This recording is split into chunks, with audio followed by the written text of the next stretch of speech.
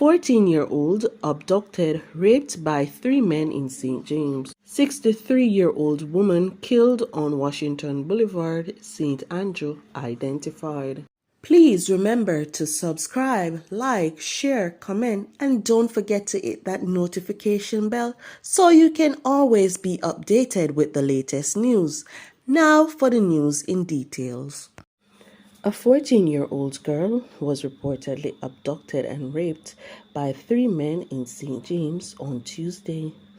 The men reportedly pulled the student into their car while she was on her way to school, the police stated. A manhunt has since been launched for the abductors. Reports are that around 8 a.m., the teen was heading to school when a white Mark X motorcar with 3 men stopped at her feet. One of the men pulled her inside the car, which then sped off. The men reportedly drove to a premises. They parked, pulled the complainant from the car, and took her to an abandoned, unfinished concrete house. There, the police said, the men took turns raping the girl. The teen managed to escape her attackers and run to a nearby house, where the occupant alerted the police. The child was taken into a protective care. A report was subsequently made and an investigation initiated.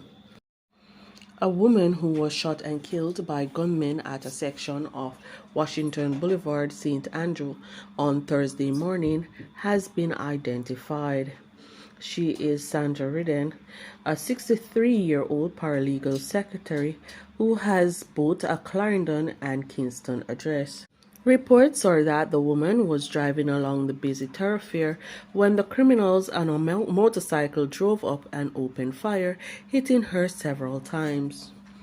The police, who was traveling in the line of traffic, saw what was happening and challenged the criminals. The thugs fled from the area.